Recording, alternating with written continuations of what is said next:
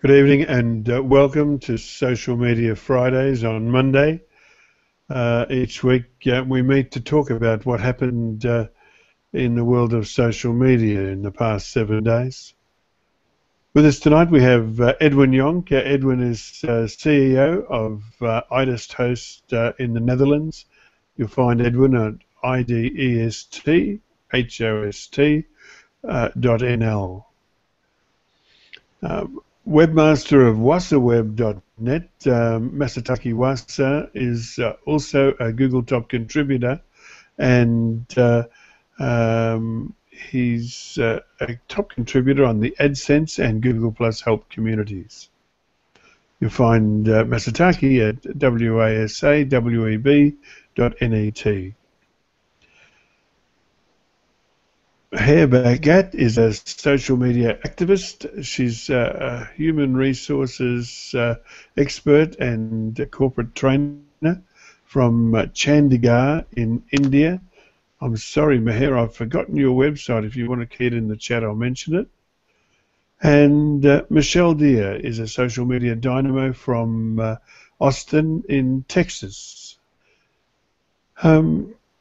Each week we post items of interest to the Social Media Fridays community on Google+, and you're welcome to post too if you want, and we'll be happy to discuss them for you.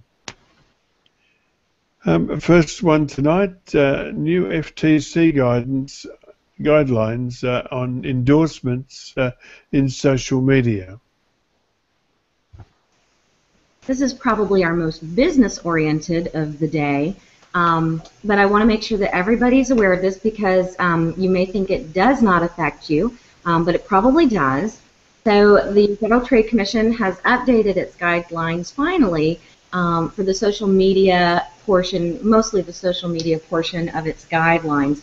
I'm going to assume that it has to do with the fact that most likely at Google and Facebook have implemented their programs whereby users can be associated with product recommendations if they talk about them, and you have to go opt out of them and that kind of thing. So they kind of probably pushed the FTC into updating these as quickly as possible. Just so you know, if you do want to look at them, the link in the article goes directly to those guidelines as opposed to the article associated with what we're talking about here. I thought that might be a little better. Okay, so here's why I think it's important to everybody. First off, for those people who are involved in endorsements, the specific disclosures now have certain wording that you need to be aware of. So pop out there and take a look at the wording for your endorsements. And there's different types of endorsements, of course, across social media. So make sure that you're wording your disclosures correctly, or if those disclosures are being provided for you, make sure that everything's copacetic. The other things to consider are if it's not a professional relationship for endorsement. Let me give you an example. There's a lot of people that do book reviews. Hopefully you're giving an honest book review for a copy of an ARC, an advanced reader copy, or for a freebie. And you may think, oh, well, this is, just, I'm just doing this through a blog or something. It actually affects you, and you can get into a lot of trouble if you're not disclosing the information properly per the FTC guidelines when you write the review on, say, Amazon. So even people who are just doing this little thing, you need to go out and read the FTC guidelines. A few other things. If you're running contests on Facebook, or if you're like me and how you used to do it, I ran my contests off of my promotional site and then used Facebook to push people over to the website.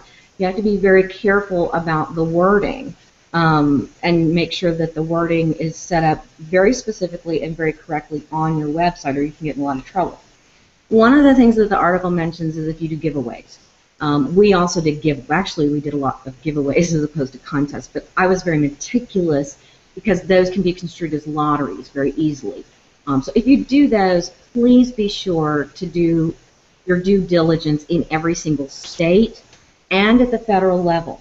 You have to go through all of the state stuff, and if you do Canada, you have to look through all of the Canadian government stuff. You have to go through all the UK stuff. So be very careful with giveaways, and of course look through the FTC stuff. So go out there, take a look at it, and make sure that it doesn't affect you, even if you don't think that you're involved in any of this. So I won't spend as much time on the others, but this one is important. Just to give another example for a social media contest, it is enough to use a hashtags, but you have to set it within the. You have to say within the hashtag that it is a contest. So XIZ_rocks. That's not a good disclosure. You should have it XIZ sweepstakes or contest. For YouTube, they also mention YouTube specifically. If it is, if the review is paid for then or sponsored by, you'll have to make it clear on the screen. So only in the description is not enough anymore. Okay. Thank you, Edwin. And anybody else further on this one? Okay, we've got quite a few tonight. Number 2 is Pinterest rolls out verified accounts. This one's pretty simple. It's not going to affect almost any of us, but very much, in fact, almost exactly like the Twitter verified accounts, Pinterest is going to be contacting people who are media worthy, I suppose I should say, and reaching out to them to create verified accounts. They'll have a little check mark next to them, just like in Twitter. And that way people will know, okay, this is Tom Hanks, or, this is Channing Tatum. He's actually has this amazing Pinterest account or something. Anyway, that's what Pinterest is doing. You cannot request one, just like apparently you can't on Twitter, or used to couldn't. So that's all that is there. It's not the business verification, which we all go through for our business accounts. So just realize that those are two different things. And that's all there is to that. Any other comments? Okay. Number 3, Twitter wants you to favorite tweets with hearts. I thought that they were stars. Yeah, they are stars, and they've been stars, and I'm not sure where Twitter's going with this. I'm not sure if it was something that they checked with their users and said, what do you think? They're doing some kind of A/B testing with, I think it's Android-only users, a very small test base. They're testing 2 different kinds of hearts, just the regular heart, like you would see on Instagram, and then a heart with a circle. I'm not sure where they're going with this. Here's what I don't know. I don't know if from the testing they're going to analyze the data and decide between the 2, based upon favorites. I don't know what data they're collecting, or what I don't know if they're going to pull the data and compare it across all 3 and decide. My take is, in terms of what they need to start doing to make Twitter, more profitable, there's probably other things they could be doing. But yeah, whatever. So it may change. If you like hearts, then you can, be happy about that, I suppose. I think this that the hearts request came from an angel investor. Twitter is a little bit of a weird company. It's not really run by one. It's run by a group of people, and one of those early investors requested the hearts in a very long article what Twitter should be doing, and the hearts were mentioned in that particular blog post. Let me quote from Mashable. The timing is pretty interesting, given early Twitter investor Chris Sacca suggested the social network bring on the hearts in its epic 8,500 word memo released earlier this month entitled What Twitter Can Do. So it doesn't came from the users, it came from an early investor, which is pretty weird. I get it though, you know, they're like, yeah, this, but I really like this idea. To see how that goes, yeah. You don't believe in he who pays the piper calls the tune, Edwin? Yes, you're right. Okay, let's move on to the next, and this one is Facebook introduces authorship. Oh my goodness, we'll lose Mark Trepagan. He'll be bolting over there. This one's actually pretty cool. It's nice for the what to say, the real journalists, but you know, Wall Street Journal journalists and so forth. But I think it's really great for people who are outside, you know, the content creators and bloggers who are not affiliated with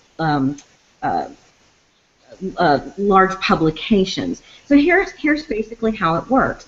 It works specifically for two types of content creators.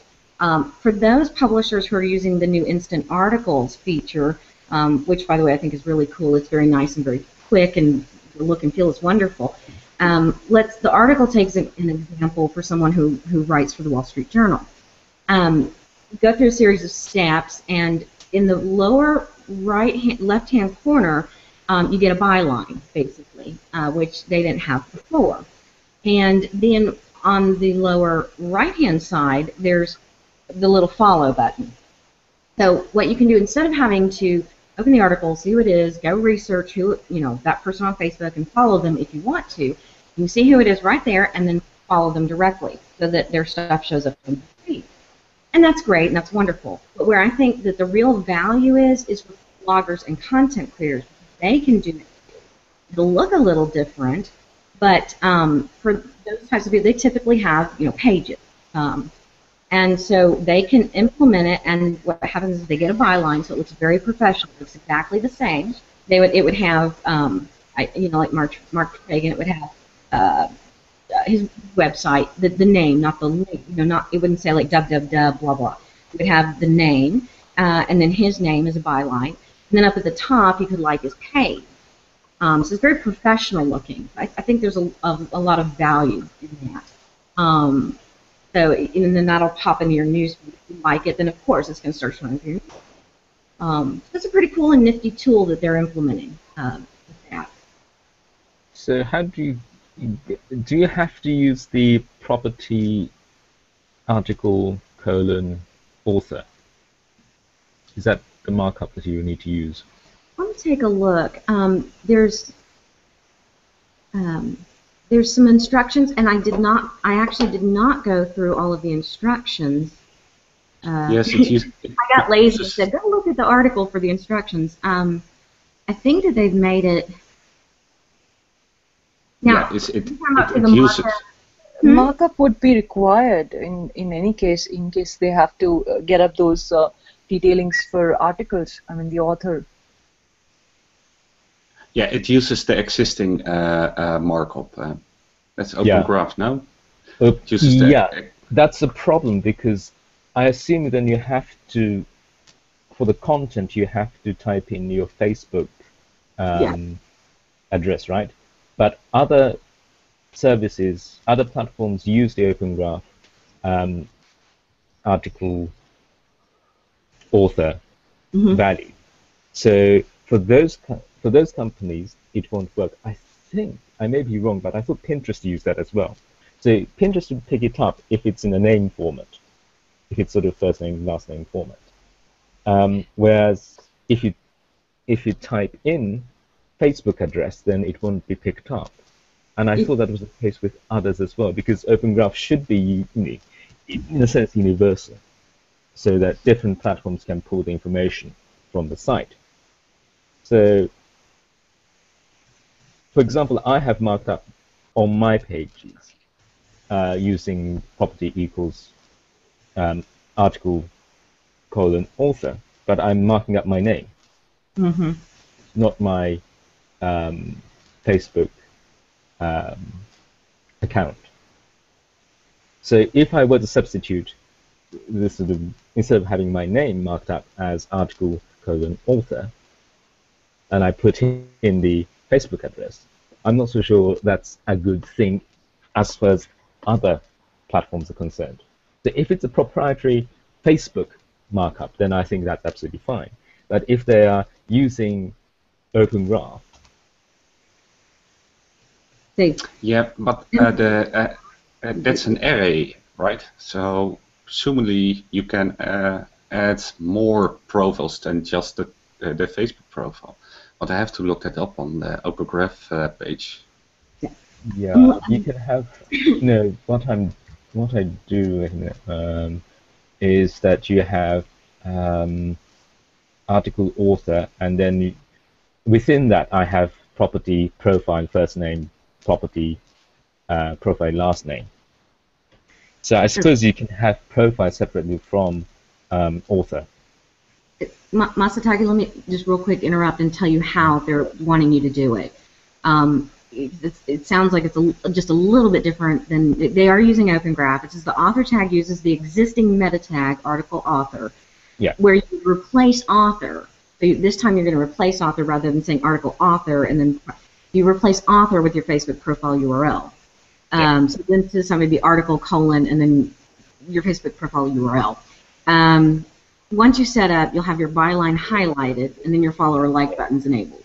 No, because at the moment it does work without the live link. That's the thing. So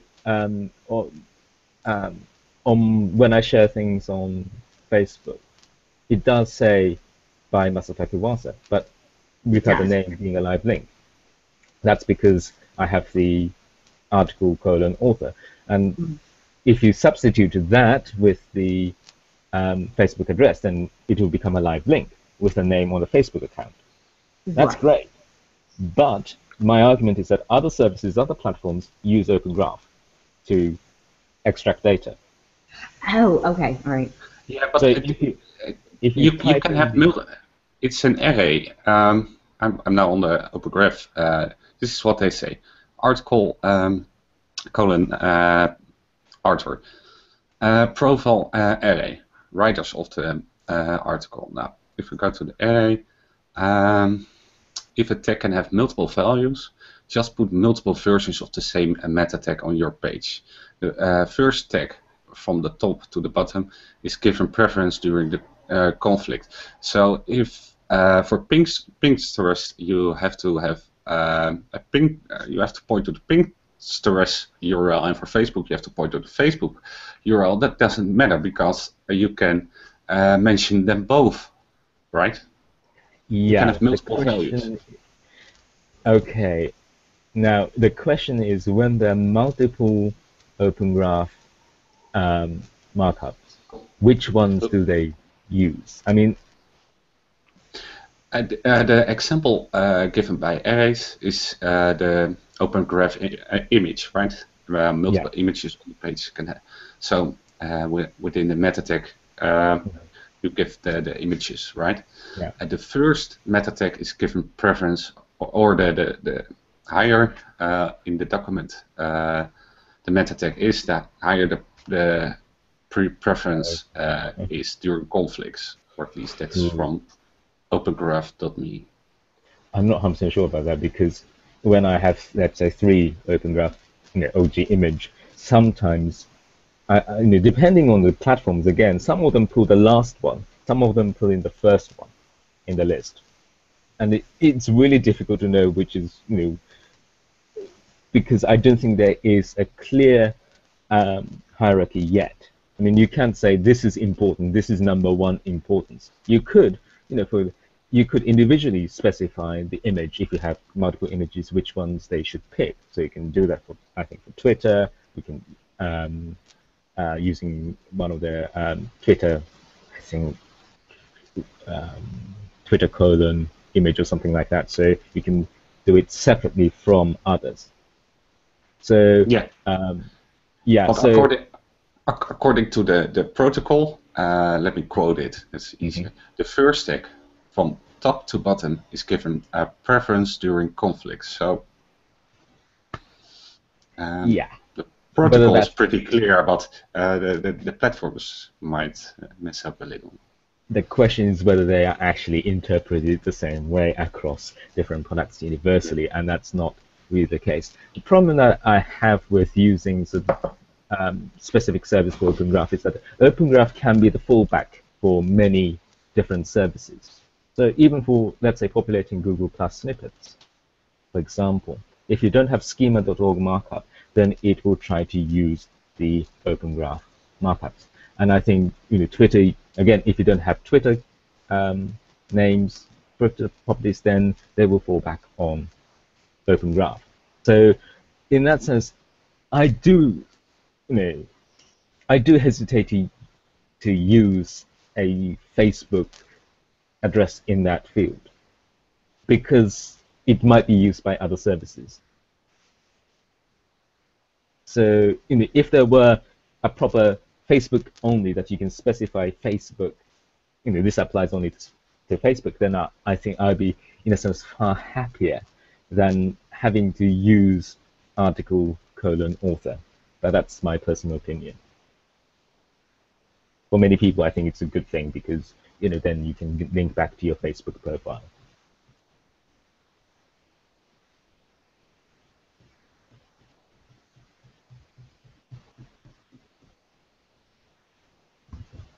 Oops, I was muted. All right, have we covered this now?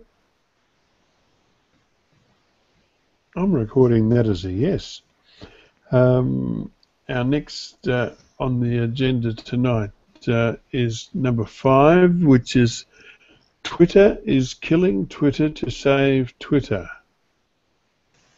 Yeah, this one's kind of interesting. I think this is going to be one of those things that people are either going to really love or really hate. Okay, so this was a leak by BuzzFeed of all places, but I think this one is probably one that you can count on. At first, when I read it, I was like, I'm not going to report on this, but then everybody was writing about it, this BuzzFeed leak. So I said, okay, I'll go ahead and report on it. It's called Project Lightning, and it's a secret project. You can't see me do my air quotes. I always think people can see me, do things when I'm talking. So I'm doing air quotes. It's a secret project, air quotes, by Twitter. Here's the gist of it.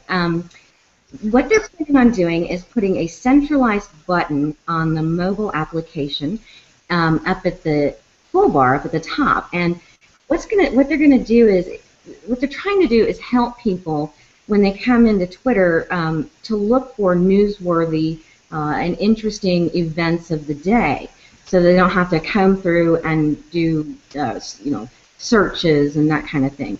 And I think this goes toward some of the complaints of making Twitter more user friendly for certain demographics and that kind of thing, and onboarding people. Anyway, there's going to be an editorial team at Twitter who, on a daily basis, is going to determine what's most newsworthy and interesting of the day. And what they're going to do is curate tweets and images and videos, and they're going to package those together. And you're going to be able to click on this button, and it's going to bring up those items, and you'll be able to flip through them. I suppose flip through them. I mean, that makes the most sense. And check out those tweets and videos and images in kind of a new stylish format. All prepackaged for you, so they'll be determining, what the content is. It's kind of neat. I have no idea. It's a secret project, so who knows where this is going or when it's going to happen, or that kind of thing. So if you hate it, I suppose you just don't click on the button. Well, that's cool. Twitter's releasing something called Lightning. I own a domain called Pure Lightning. I wonder if they'll buy it off me. You get rich, you'll leave, and we'll never see you again for these panel discussions. Why not, Michelle? you'll get on a sailboat and sail off into the sun. No, Jim will do a hangout on air every day.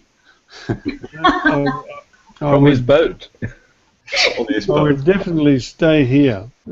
I have a boat. I've always had a boat. Ah, Okay. Have we covered? Oh, Edwin, I interrupted you. You go ahead. Well, it sounded a little bit like the stories from Snapchat. On Snapchat, you have a thing that's called Stories. It's also behind the button, and it groups everything by an event. So I'm looking at it now. It still has Father's Day. So if I click on it, I see all kinds of Snapchats across the world from people that celebrate Father's Day.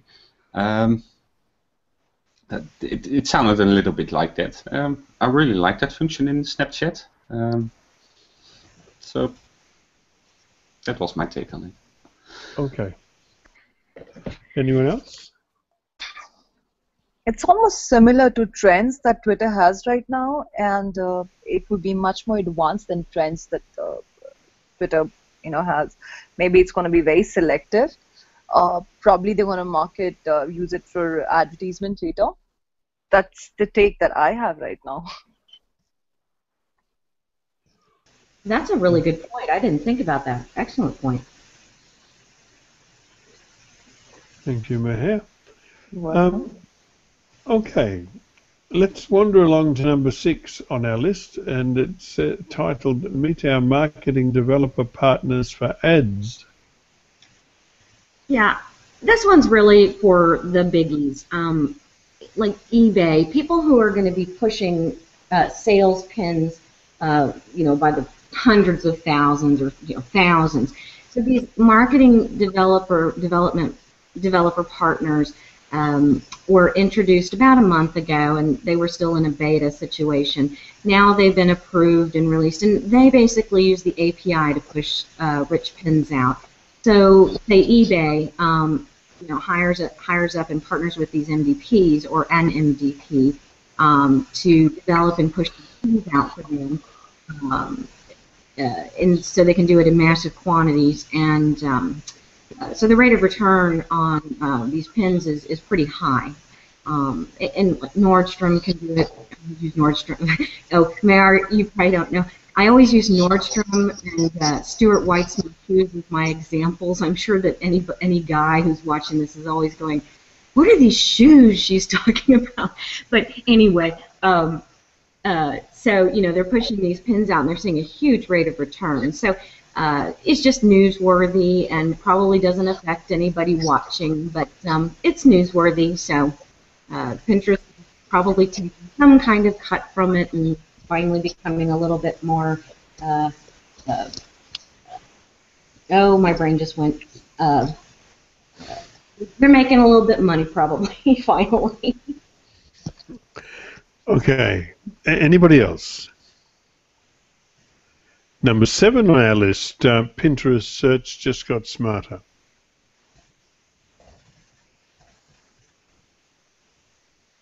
Give me a second. I'm out of order on my notes, so I'm there. Trying to find it. There we go. Pinterest search got smarter. This one I like. It always sounds like I'm surprised when I like something, but this one I do like. Both on desktop and mobile, the way that we search in Pinterest, I think, my opinion, has gotten better.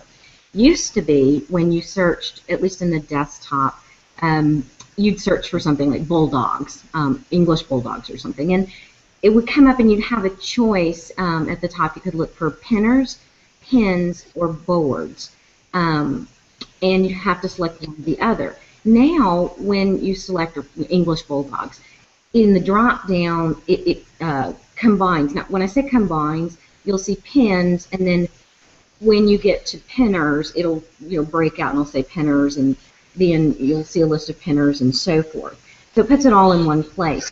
And analytics apparently show that selections have considerably gone up. It's done a really good job, and I like it. So it's changed both mobile and desktop. and just streamlined it a little bit. They've also made a change for misspelled words. I call it a little bit of a fuzzy search, but what they do is if you misspell a word, Pinterest tries to figure out what you meant. Apparently, 12% of searches, at least on Pinterest, contain misspellings. I think they're being generous. At least in the U.S., I think they're being generous. So they're doing that, and let's see. Okay, so now also when a pinner searches, some additional pins will show up with like notable names. And when I say notable names, I don't necessarily mean those verified accounts. So let's say that someone searches. Now I don't know what the kids say these days. I call sneakers sneakers because I'm old. They call them trainers now or something, whatever. I don't even know what brands are popular, so Nikes and Reeboks or Skechers, whatever, but Nikes. Okay, so let's say they search for Nikes. It'll come up with pins of people who've pinned Nikes and stuff, but it will probably also come up with retailers who sell Nikes, so Nordstrom or whatever outdoors and sports recreation center. So high-value accounts that are well-known. And that's it. So those are three things that they've made modifications to that have been, as far as I know, have been rolled out. I verified the search portion, and I really liked it. I did not check it on mobile, so there you go. So if you're an avid Pinterest user, look out for those. Yep. Okay. Nobody else on Pinterest? Testing new ways to make it easier to discover products and places from the Twitter blog. This one is interesting. I had to read it a couple times to kind of get it. Maybe it was because I was tired when I was trying to figure it out. Okay, so here's what Twitter is doing. They're creating pages and then collection pages. And the collection pages look like Pinterest boards, and okay, so just keep that in mind while I explain what they're doing. And I'm going to quote a little bit from the article because they do a better job than I would of describing things. So let's talk about the pages first, and we'll talk about it in terms of products and then places like destinations. So how do they do this? What they're doing is they're organizing the tweets about products and places, so a destination or, Nikes. And what they're doing is they're putting each item on a dedicated page. So we're not talking about collections now, we're talking about an individual tweet on a single solitary page. And on this page it'll feature an image or a video or images and videos about that single solitary product. So the Nike shoe, a couple of images, a couple of videos, some tweets. And then they'll give information about the product, description, price, the option to buy. And where this becomes interesting is for like some of the, I don't want to say lower end, but people like independent authors. So it's not even people like Stephen King, the well-known people who are already making millions and millions of dollars off of their products. It can be the small guy too. You can have a link to the website for more information. So that's an individual page about one specific product. These individual pages, what you see. So how do they know what to give you to see? Accounts you follow, relevant news. Now, I don't know who's going to curate and say this is relevant news to you or to everyone. And this one's interesting. If it's a page about a book, it may have content from the book. Now, I'm not exactly sure how they're pulling content. So my only thing I can think of is, because I cater to authors and publishers, is sometimes we'll tweet little snippets from a book, and people will retweet that over and over. That's the only thing I can think of where they would be able to pull that information. So it could be that. They'll have the price and an option to buy the book. I'm sorry, I'm reading from something else. Or what particular content in the book is popular and how to retrieve, and buy the book. So it's small guys too. Now, that's individual pages per product, and the same for destination. We talk about product and place collections, where it's it, quote unquote. We're also beginning to test new ways for people and brands to create and share Twitter collections of products and places. Note that they're not talking about them creating the collections. They're talking about the brands creating the collections and people creating the collections. Now, they have some test people that have created these collections. If you want to see exactly what those look like, go out to the article and click on the links. They've got a picture, and it looks exactly like a board on Pinterest. So it's pretty cool. And again, I think that this is another way that they're trying to make Twitter look and act a little bit more user-friendly to beg off the complaints about, well, basically the user-friendliness of Twitter for people who aren't really good at Boolean searches and understanding these kinds of things. So it's pretty cool. I have to admit that I find Twitter terribly confusing. It's only 140 characters, but I was looking at those conversations when Masataki Wasa was talking about proposing that we run a parallel Twitter chat for WCA questions on Thursday nights, and it was very hard to pick. Even when you expand all of the things, very hard for me to work out what was really going on. But then again, that's not surprising. Tim Capper has joined us. G'day, Tim. Let's move on to our next one, unless somebody else has a comment on this thing with Twitter. All right, eyewitness video on YouTube.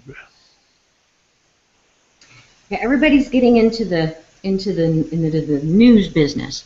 So YouTube has announced 3 new initiatives. And I'm just reading this basically. They've announced 3 new initiatives to support the discovery and verification of eyewitness news video on YouTube.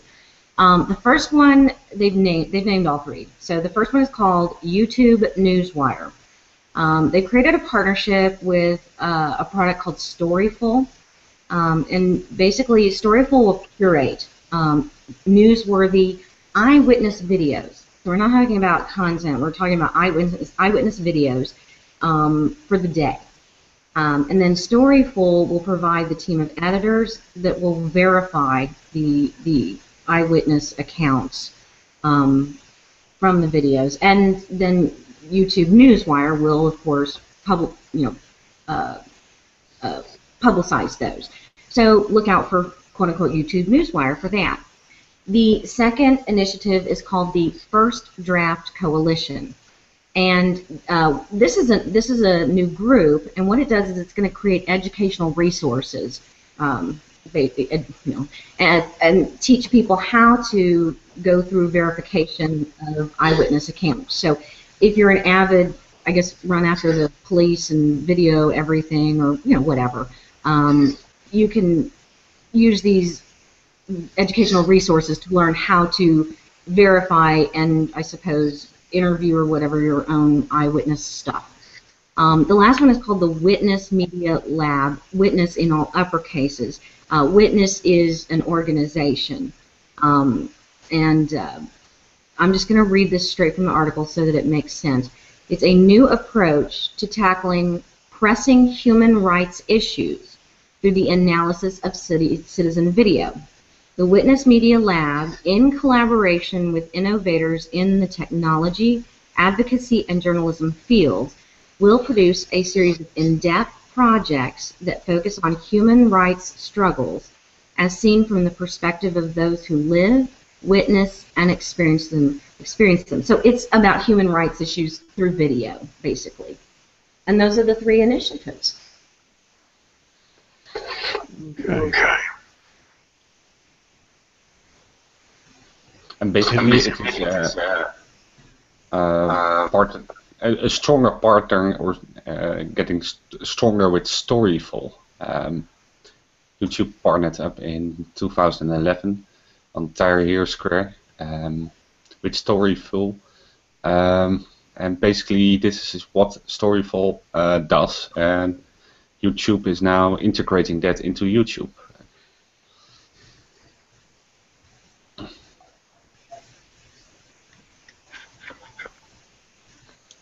That's cool. You know, you'd think that Twitter would do something like that. I mean, it's more eyewitness news is more a Twitter thing, isn't it?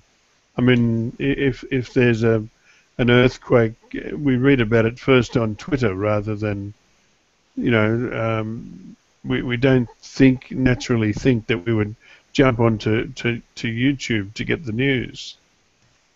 But we would jump onto Twitter. Especially with the new Periscope. That will make sense for Twitter. I would be surprised if Twitter goes into the race with YouTube for this. Unless they are bought by Google, of course. I agree completely. I think that's an excellent idea, especially because of the verification backing.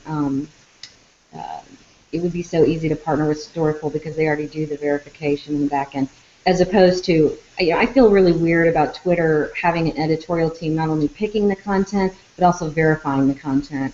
I don't know. I always think that should be outsourced to professionals, you know? Okay. All right. Introducing the new LinkedIn Pulse. I actually removed this, so I'm going to kind of speak from the hip on it. They've updated Pulse with, sorry, it's been a week since I've read this. They've updated Pulse to, I believe, don't quote me on this, to make it easier to publish and easier to be discovered, I believe. The reason I removed this is because we don't talk a lot about LinkedIn here, very much at all, because it's a little bit more of a professional platform, and we tend to focus more on, I mean, it is a social media platform, but we tend to focus more on distributing information through the other platforms. So I apologize, I removed this one. Did it come back? Did it come back out to the, let me click on the link.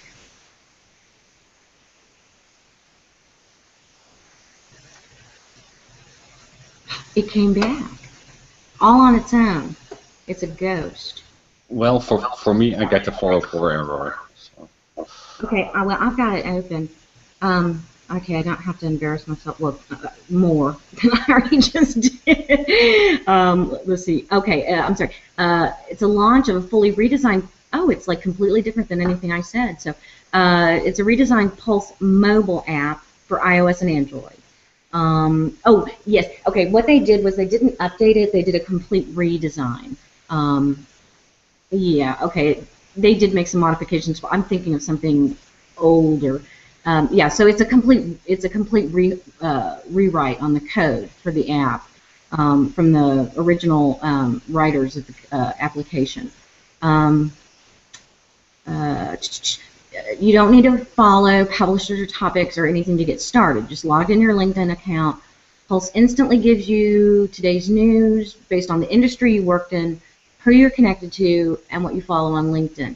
To be fair, I hate it when they try to be smarter than me because, well, you know, when their algorithms try to be smarter than me, like Facebook, but whatever.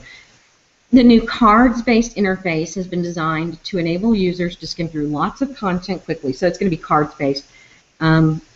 And then let's see, it's going to also try to be smart, I think, based upon what you like and what you don't like or what you dismiss and that kind of thing. Yeah, continues to refine your content. So, you know, give it a shot, take a look, see what you think. If you don't like it, get rid of it on your mobile, use the desktop. I tend to use LinkedIn on the desktop because for me it's a professional application. But maybe it's more of a mobile user experience now for people. Okay, any more on LinkedIn Pulse? I'm getting some feedback from somewhere. All right, moving on to the next, and it's more seamless video experience with autoplay. Oh, gee, Twitter gets rid of their CEO, and all of a sudden it's all action stations, all hands on deck. So what they've done now, beforehand, you had to click several times to get a video to play, native video vines and GIFs. In native Twitter, I suppose. I never use native Twitter, but whatever. What they're trying to do is reduce the number of clicks. So they've gone to autoplay for those three media types. Basically, it works a little bit like Instagram. Sounds will be muted until you tap on the media. And like Facebook with autoplay, you can go turn the feature off through settings. As is recommended with desktop of Facebook, turn it off so that you don't eat through your data, unless you just have unlimited data. So, that's what they're doing, is just auto-playing their stuff to reduce click-through, or to reduce the number of clicks to get it to run. And of course, Twitter is growing with this because there are more views, right? Every second that it is playing, a view is counted, no? Yeah. Besides that, it's just annoying.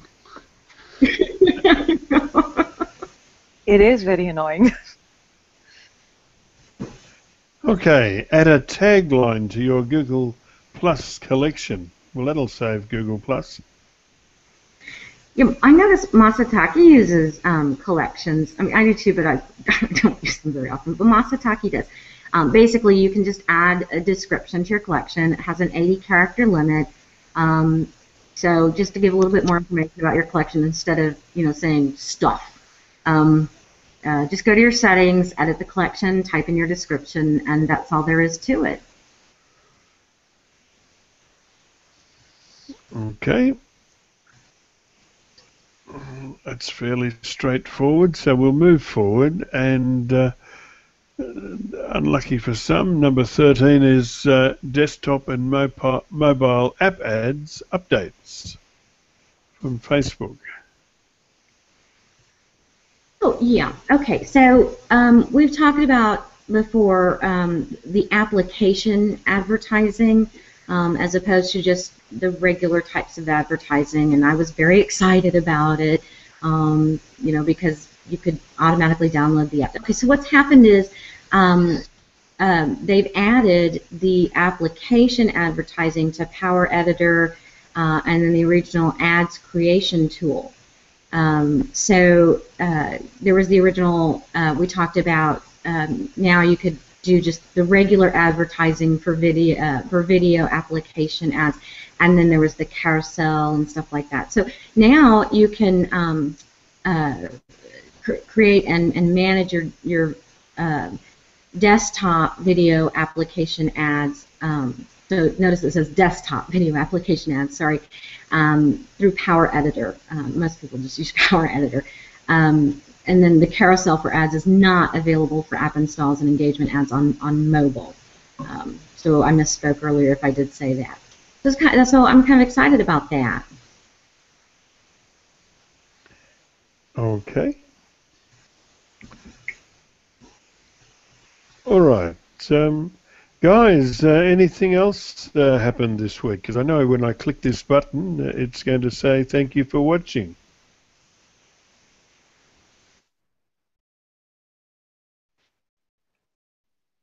Nope. Okay. So we'll click the button. Look, if you're still with us, and I see that we still have eyes watching us, thank you very, very much. Your interest in what we do makes what we do worthwhile. We'll be back at the same time next week to do it all again. In the meantime, I'm going to put a link in the Social Media Fridays community, which is directly into this hangout. We'll be going to Green Room now, and we'll be chatting for a while. We'd love to have you join us. If not, we'll see you this time